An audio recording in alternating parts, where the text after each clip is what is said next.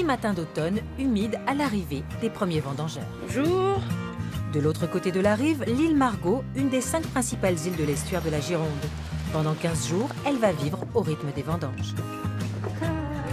Un temps particulier pour ce domaine où seul le propriétaire et le régisseur habitent. Comment ça va? Ça fait 33 ans que je fais les vendanges sur l'île Margot. Ouais.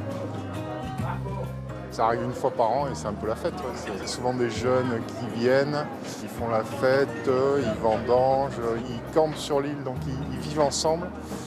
Et ça crée une espèce d'ambiance sympathique, quoi. Ici, les vignes sont cultivées depuis le XVIIe siècle et au moment du classement ferré en 1855, faisaient partie du vignoble médocain du Château Margaux. Allez.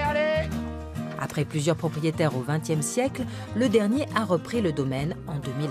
Ce qui a été fait depuis, c'est le passage au bio, la plantation de 365 arbres fruitiers et un travail aussi sur la digue d'assainissement, un système hydraulique qui permet de toujours avoir une bonne alimentation des vignes dans la nappe phréatique.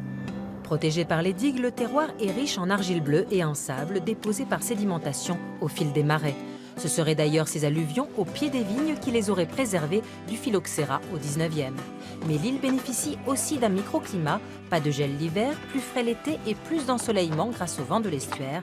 À les entendre, Margot serait un paradis sur terre. C'est bien l'ambiance, l'atmosphère, le paysage.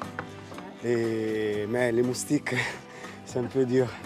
Mais bon, d'une fois à l'autre, on oublie quoi. On se souvient que des avantages.